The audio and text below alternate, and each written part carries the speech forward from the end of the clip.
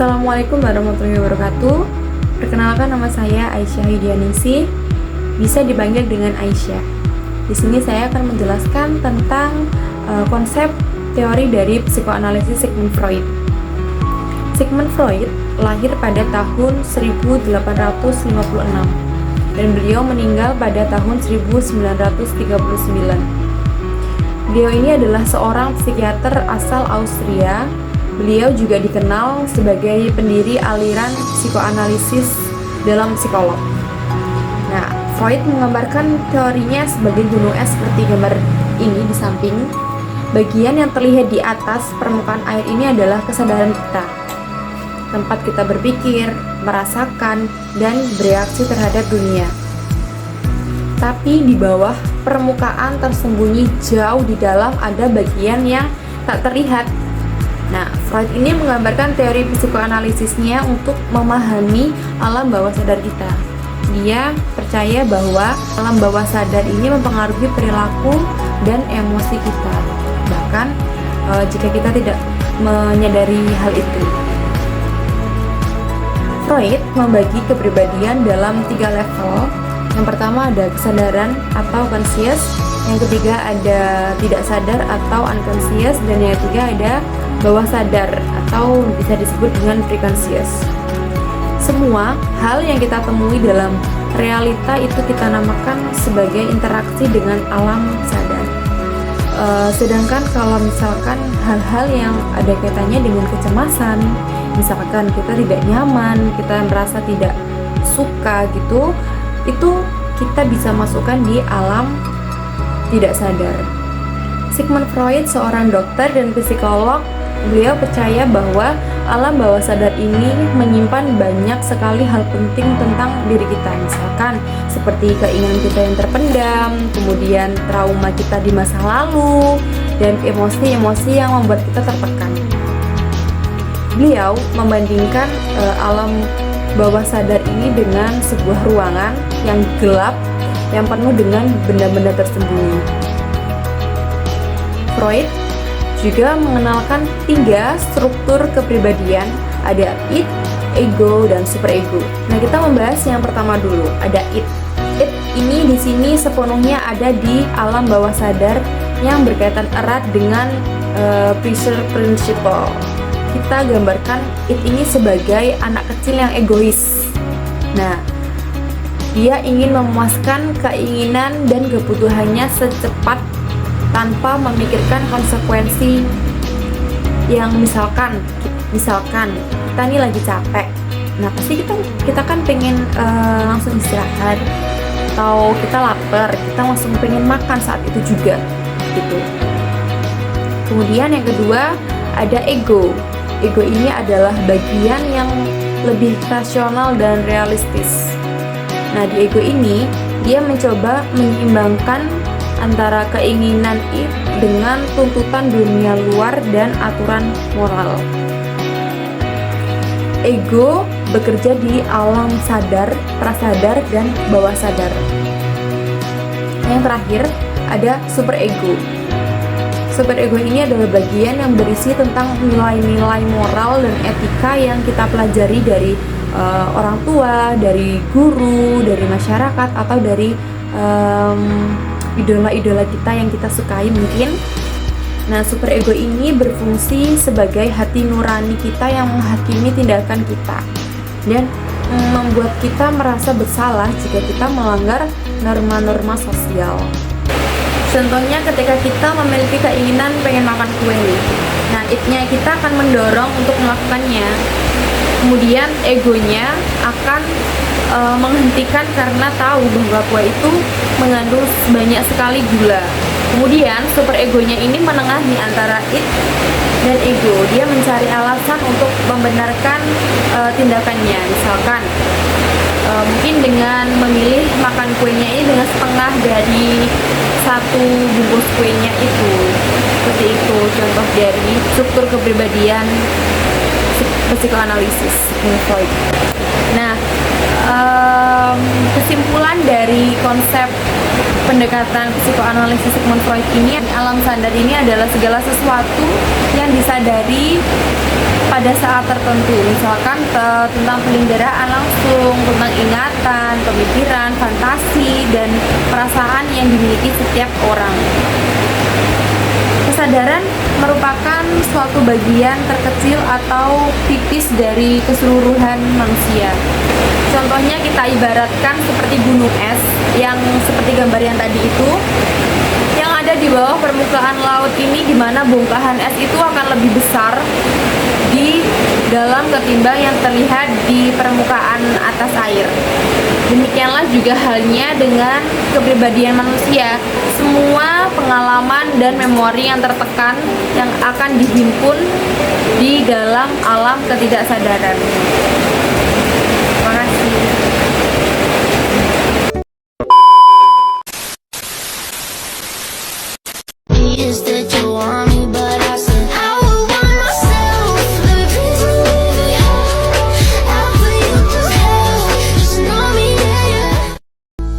Selanjutnya, saya akan menjelaskan tahapan-tahapan konseling psikoanalisa. Tahapan dalam konseling psikoanalisa Sigmund Freud merupakan suatu rangkaian proses yang bertujuan membantu klien mengatasi konflik alam bawah sadarnya yang berpengaruh pada pikiran, perasaan, dan perilakunya. Berikut adalah tahapan-tahapan utama dalam proses konseling psikoanalitik, yaitu yang pertama adalah tahap pengungkapan. Pada tahap awal ini, konselor dan klien membangun hubungan terapeutik yang kuat. Tahap ini penting karena membangun rasa aman bagi klien untuk berbagi pikiran dan perasaan terdalamnya. Konselor akan mendengarkan dengan penuh empati tanpa menghakimi, sehingga klien merasa nyaman dan terbuka untuk mengungkapkan konflik atau ketakutan yang mungkin telah lama terpendam. Tujuan dari tahap ini adalah untuk menciptakan hubungan kerja yang baik dan memfasilitasi kepercayaan antara klien dan konselor. Yang kedua adalah tahap eksplorasi alam bawah sadar. Dalam tahap ini, konselor mulai menggali lebih dalam aspek alam bawah sadar klien. Freud percaya bahwa banyak masalah psikologis berasal dari konflik yang tidak didasari dari masa lalu. Melalui metode seperti asosiasi bebas dan interpretasi mimpi, konselor membantu klien mengungkapkan emosi, ingatan, atau pengalaman traumatis yang mungkin tersimpan di dalam alam bawah sadar. Tahap ini membutuhkan ketelitian karena banyak materi dari alam bawah sadar bisa muncul dari bentuk simbolis yang memerlukan interpretasi mendalam. Selanjutnya, yang ketiga adalah tahap klarifikasi dan konfrontasi. Tahap ini bertujuan untuk mengidentifikasi pola-pola perilaku atau pemikiran yang bermasalah dalam kehidupan klien. Klarifikasi dilakukan dengan meninjau kembali pernyataan klien dan memastikan agar konselor dan klien memiliki pemahaman yang sama. Konfrontasi dilakukan ketika konselor menunjukkan kontradiksi atau konflik internal dalam diri klien. Konselor perlu melakukan dengan hati-hati dan penuh empati agar klien merasa tidak diserang atau menjadi defensif. Yang keempat adalah tahap interpretasi.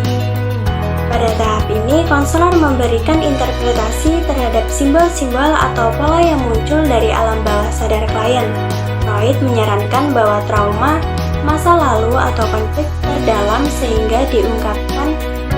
seringkali diungkapkan melalui simbol-simbol yang kompleks. Konselor akan memberikan makna pada simbol-simbol tersebut agar klien memahami sumber masalah atau konflik yang dihadapinya. Interpretasi harus disampaikan dengan cara yang tidak memaksakan, sehingga klien dapat memahami dan menerima interpretasi tersebut dari proses kesadarannya. Yang kelima adalah tahap pemahaman dan wawasan diri.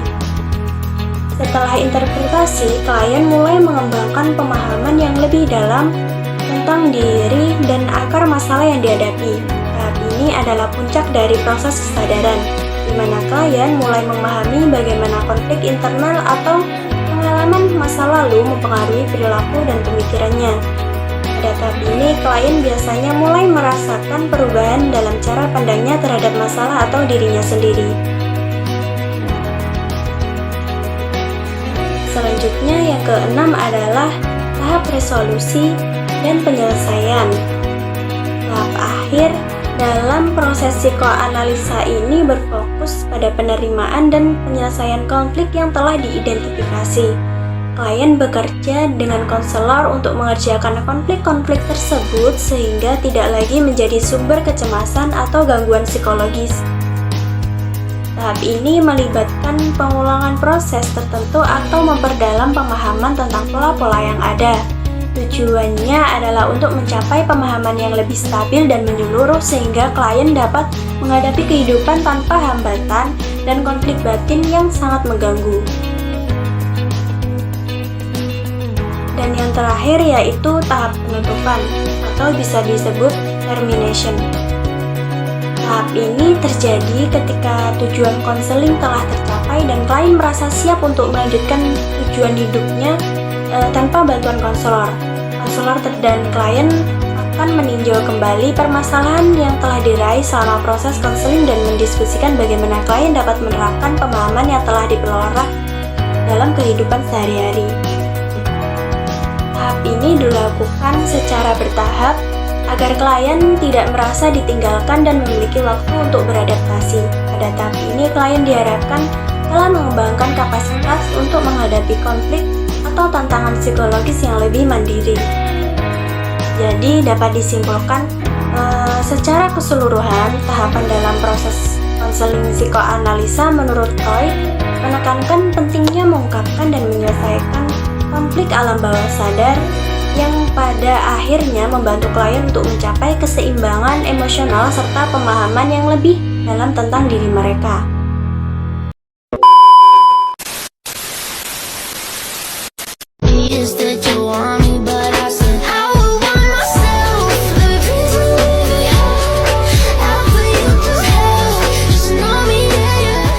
Materi yang selanjutnya yaitu teknik konseling psikoanalisis klasik Sigmund Freud. Hari ini kita akan membahas tentang teknik konseling dalam pendekatan psikoanalisis klasik yang dipelopori oleh Sigmund Freud. Jadi akan ada beberapa teknik utama yang perlu kita pelajari. Dan di sini saya akan menjelaskan secara rinci pada masing-masing komponennya. Teknik yang pertama yang akan kita bahas adalah asosiasi bebas. Dalam terapi psikoanalisis, konselor akan meminta klien untuk menjernihkan pikirannya dari berbagai pemikiran dalam berbagai pemikiran sehari-hari. Klien akan diminta untuk mengungkapkan segala sesuatu yang muncul dalam kesadaran mereka tanpa menyaring atau menahan diri atau menutup-nutupin apa yang mereka rasakan. Yang terpenting, klien harus melaporkan atau mengungkapkan perasaan dan pemikiran mereka secepat mungkin tanpa sensor atau ditutup-tutupin dari konselor. Metode ini bertujuan untuk membantu klien dalam mengungkapkan pengalaman masa lalu dan emosi yang berkaitan dengan situasi traumatik. Proses ini dikenal sebagai katarsis yang bisa memberikan rasa lega sementara bagi klien dari pengalaman yang menyakitkan. Namun perlu diingat penting untuk bahwa katarsis ini tuh bukanlah satu-satunya cara dalam proses penyembuhan. Jadi, selama proses asosiasi bebas, tugas konselor adalah mengidentifikasi hal-hal yang tertekan dan terkunci dalam sebuah ketidaksadaran klien tersebut. Urutan asosiasi yang klien ungkapkan dapat membantu seorang konselor tersebut memahami hubungan antara peristiwa dalam hidup klien dan konselor, kemudian akan menafsirkan materi tersebut untuk membimbing klien dalam meningkatkan pemahaman mereka terhadap diri yang tidak disadari.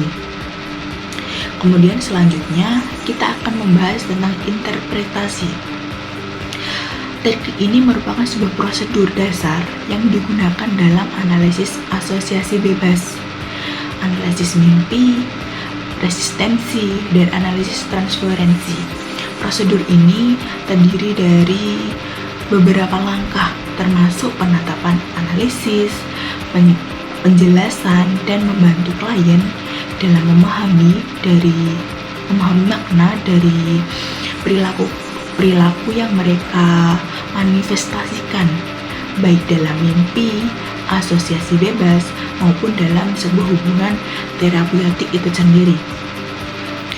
Jadi fungsi utama dari sebuah interpretasi adalah untuk membiarkan ego klien memproses materi baru dan mempercepat proses sebuah kesadaran hal-hal yang tersembunyi. Interpretasi ini membantu dalam mengarahkan pemahaman klien terhadap hal-hal yang tidak disadari. Namun, sangat penting bahwa interpretasi dilakukan pada waktu yang tepat. Jika tidak, klien mungkin akan menolak interpretasi tersebut. Jadi ada 3 hal yang harus diperhatikan dalam sebuah interpretasi. Yang pertama, yaitu ada interpretasi sebaiknya yang disampaikan saat gejala yang diinterpretasikan sangat terkait dengan kesadaran klien. Yang kedua, yaitu interpretasi hendaknya itu dimulai dari hal-hal yang lebih umum sebelum menuju ke isu yang lebih dalam dan emosional. Dan yang ketiga, sebelum melakukan interpretasi, penting untuk memahami sebuah resistensi atau pertahanan yang mungkin dimiliki oleh seorang klien. Baik, selanjutnya kita akan membahas tentang analisis mimpi.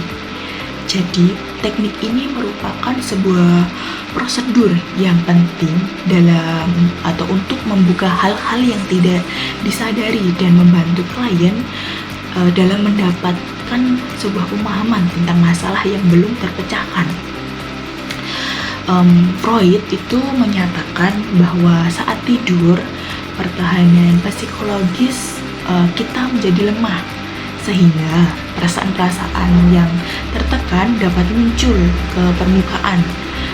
Dia melihat mimpi itu sebagai jalan raya menuju ketidaksadaran, yang dimana semua keinginan, kebutuhan, dan ketakutan yang tidak disadari tidak dapat diekspresikan itu seringkali motivasi yang tidak diterima oleh orang lain dinyatakan dalam bentuk simbolik, yaitu mimpi.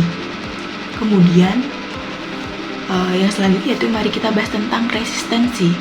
Freud sendiri itu memandang resistensi itu sebagai dinamika yang tidak disadari yang mendorong seseorang tersebut untuk mempertahankan diri terhadap kecemasan.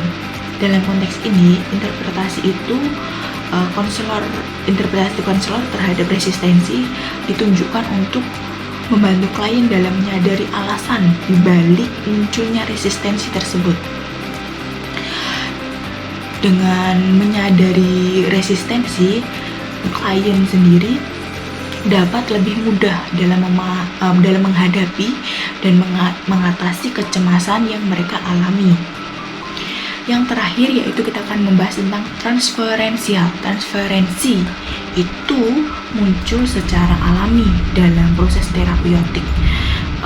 Ketika klien membawa pengalaman masa lalu yang mungkin belum terselesaikan dengan orang lain, dan mengubah cara mereka dalam berinteraksi dengan seorang terapis atau konselor.